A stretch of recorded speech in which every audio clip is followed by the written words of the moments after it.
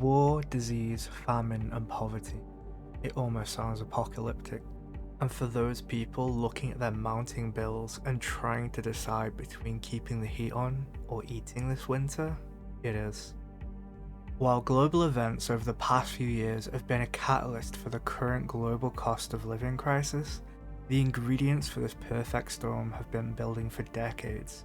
Stagnant real wages, generational wealth disparity, poor economic planning, and a mounting global debt, just to mention a few. But how does this all affect you? And if it does, what can you even do about it? I'm sure nobody watching this has been spared from higher bills.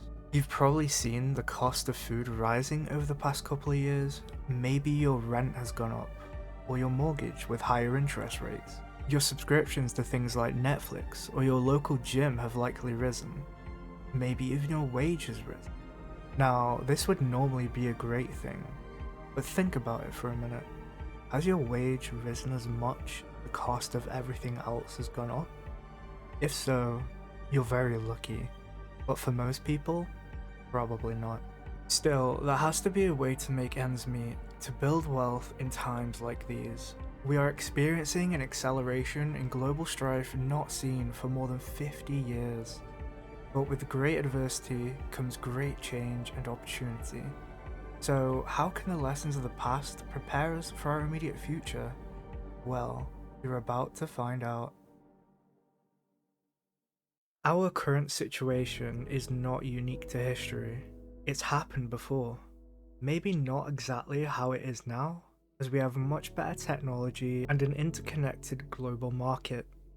But our particular geopolitical situation is actually fairly common on a historical scale. It will surprise nobody when I say the main catalyst was the pandemic and following lockdowns. A pandemic of this scale hasn't been seen in over 100 years. That disease itself ravaged an already war-torn world at the height of World War I, and while the death toll and disruption was staggering, it was merely a symptom of an already devastating war. Our pandemic has been much different, and while the cost of life has still been great, in attempting to minimize it through lockdowns, the economic cost has been greater than that of the entirety of World War II. Trillions have been spent and lost controlling the crisis, and this cost continues to mount to this day with China's latest policies. We saw global shipping grind to a halt, the price of resources such as lumber and grain skyrocket, and production chains collapsing. The world saw a self-imposed recession on the scale and speed never seen before, paid for by trillions in debt. These trillions flooded the market, seeing huge inflows into tech stocks, property, and crypto. Meanwhile, productivity dropped as workers were put on furlough, causing a supply shortage in many different industries. The seeds of high inflation were already being sown as the double whammy of supply shortages and a flood of printing money spread on a global scale. This continued for much of 2021 as the world slowly got back to normal, maintaining full employment and seeing one of the largest booms of the housing market in history as workers left cities and bought up rural property, with the extra cash and time during lockdowns and the ability to work from home. Just as things began to settle in early 2022, Russia did the unthinkable and invaded Ukraine. This act of reckless hostility resulted in a condemnation from the rest of the world and massive sanctions on Russia. Energy prices had already been creeping up due to increasing demand and inflation, but this sent them skyrocketing as Russia is a primary exporter of gas and oil. As international markets fell into turmoil once again, Russia's threats and actions to restrict the flow of energy to Europe sent wholesale prices spiraling, with natural gas prices tripling in the space of just 6 months. Food was also heavily impacted, with Ukraine being one of the world's leading suppliers of wheat.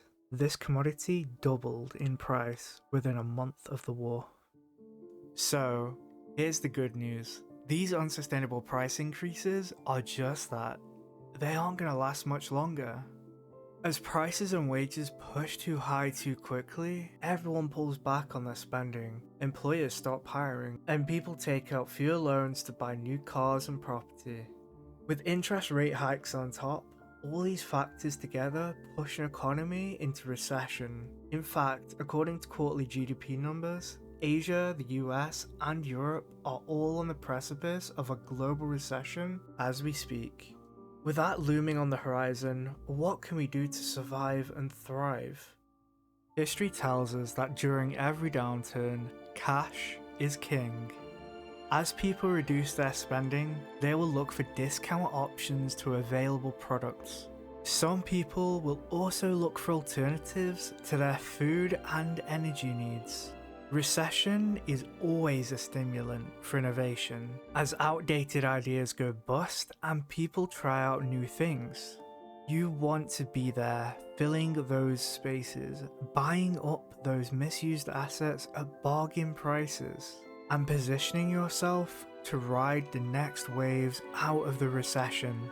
Being frugal right now is more important than ever to prepare you for the coming opportunities. I'm doing it myself by moving to a cheaper part of the country and cutting even more excess out of my budget. We are in the unique position where demand for most things remains high. There's a lack of affordable housing, and while house prices will come down over the next couple of years, I don't see new construction filling that demand.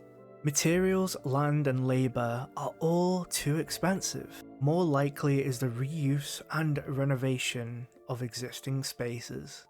More communal housing may also become popular, as the current trend of house sitting in the UK demonstrates. People are actually paying cheap rates to stay in vacant commercial and industrial spaces with dozens of others, as it's cheaper for the owners than hiring security and maintenance. My outlook has always been, and will always be, to spend less than I earn and invest the rest.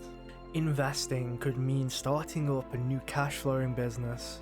It could be saving to buy a house or taking advantage of dips in the stock market. Maybe even just freeing up more time to work on a long-term project like writing a book or learning a new skill. Whatever you choose, don't give up on it. Find what you're good at, refine it, and excel. Wealth is built by solving problems and providing value to others. The more knowledge and foresight you have, the faster your wealth will work for you.